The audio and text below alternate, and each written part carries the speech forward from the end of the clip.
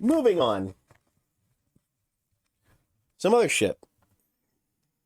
Rachel Dolezal, who pretended to be black for years, says she hasn't been able to find a job for 6 years. Wow, that's a loaded article. Wow, what a headline. So, funny thing about her ordeal is that she could have had everything she got by merely being an ally outside of being president of the NAACP chapter. Some of those hairstyles would have been questionable, but she could have taught, advocated, volunteered all the same. So, that's the main thing. And then the Not Your Black Woman Savior says, which lets you know how much of an ally she isn't because she refuses to use her whiteness for good and amplify the voices of actual black people. It's so like, I love these comments here because it shows us, it gives us a guide as to how to be a good white person or white passing or whatever you want to call it. Because something that ends up getting lost in the arguments, right, is simple facts. White identity, right? The idea of whiteness is a very new idea relative to history. It's something that came about during the rise of the Victorian era, and it was made specifically to differentiate those who were poor from black people or slaves. Because after emancipation, a lot of people realized, well, black people are in such a much worse place than I am, and I'm white and I'm poor, and I feel just like them, right? That empathetic connectivity would have caused so much more power to be given to the lower bracket tax income, right? So as to avoid that, they made the term whiteness, and the segregation between white and black became even more and more and more rhetorically accepted. And that is, you can look that up. It's very true. That was something that I learned from Joel's, and I can definitely do a shout out here. This guy is super cool. He is a music teacher in a, I believe, a high school or middle school, and he is one of the coolest dudes when it comes to teaching black history, because it obviously it includes a ton of what white oppressors did and how the tactics were used against black people. So it's really interesting to learn this stuff, and it lets you be aware of what it is that you're really talking about. Let me find him. No.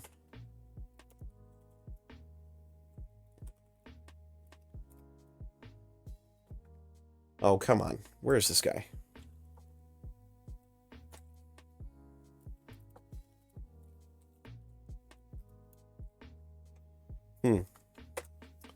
I could have sworn I was following him. I'm going to keep looking. Let's see. I believe that he was in actual Jake stuff. I am following too many people. Whoa. Show more.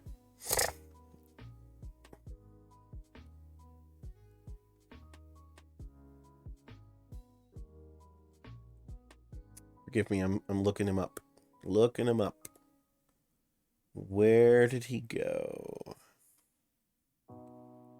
Where did he go? I know I saw him. I saw him recently. Man. Is he's not streaming now? Yeah, he's not streaming now. Oh well. I will find him later and I will definitely shout him out. But when it comes to being an ally, it's so not about trying to take over the movement. You're not supposed to, like, and I know the eagerness. I feel it even in myself. But it is not, I'm not black. I don't know how else to say this. I'm not a black dude. I'm white passing. I've been white passing my entire life. I'm Hispanic. That's a totally different thing. We're definitely treated differently when it comes to, compared to black lives in America. And because so many of us are white passing, we don't have to deal with a lot of those things. We have that kind of privilege, kind of innate, right? We also have the other benefit of being Hispanic and having culture and, you know, kind of being chill in that regard. We're not fighting for anything.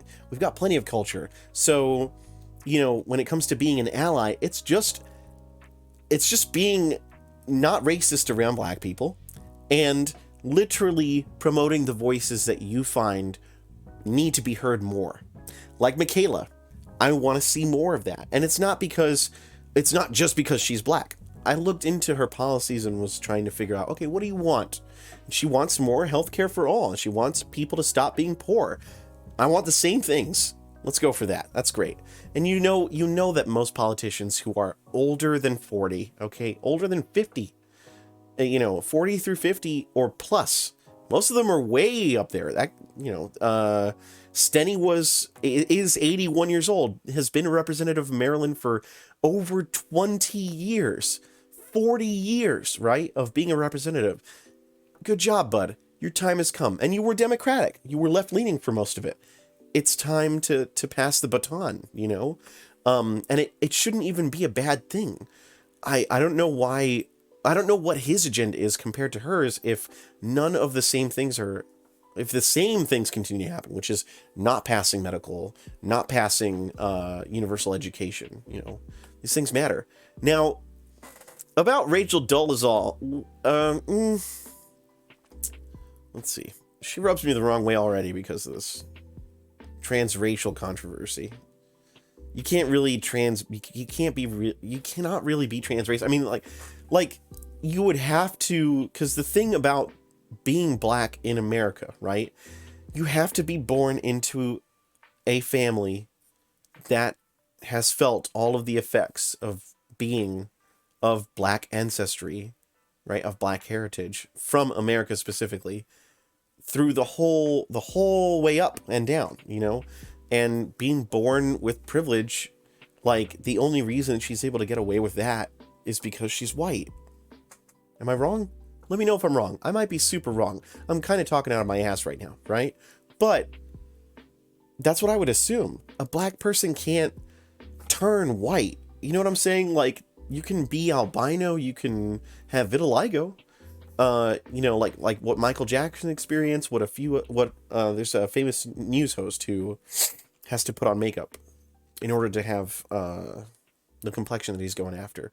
His hands, he doesn't do it on his hands, and so you can see that the pigment is being lost, right?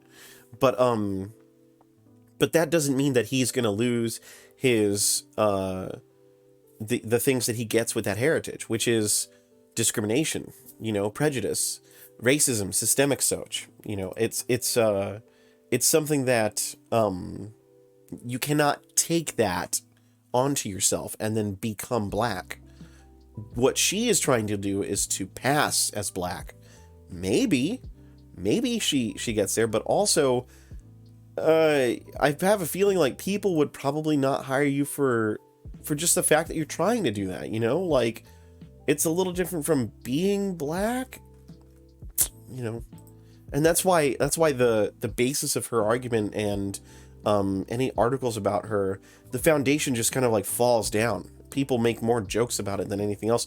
Or you have black people actually pointing out, look, she could have done so much more. She could have been an ally. She could have been embraced by the community, but instead she wanted to just absorb it into her instead of actually giving some of her privilege in a way that would help other people. That's the major point. I love lurking when it comes to posts about Black Lives Matter done by white people, because a lot of the times, if it's not a retweet, they get the shit smacked out of them Twitter-wise. And I learned quite a bit about why that was wrong. Because there's always this feeling, let me know if you guys ever get this, but I've always had this feeling, especially around the cringier posts of people who are posting to represent, to spread the voice, awareness of racism and stuff. Whenever they do it in a way that's like, I've never gone through this, but look at how terrible this is for them, right? If it's not just a straight up retweet, it usually comes off as cringy. They say something that's off, it doesn't exactly hit the right way. It's it doesn't encompass the bigger picture, the meaning is somewhat lost, or the rhetoric is just oof, it just doesn't rub the right way. And so you end up with these kind of responses down here. She committed the cardinal sin of allyhood. She tried to make it about herself. Boom! This right here. When you try to make it about yourself, when it's about you, it's not empowering others. That's the bottom line. If it's about you, you don't empower anyone because you're asking for a handout. It's not the same. You know what I'm saying?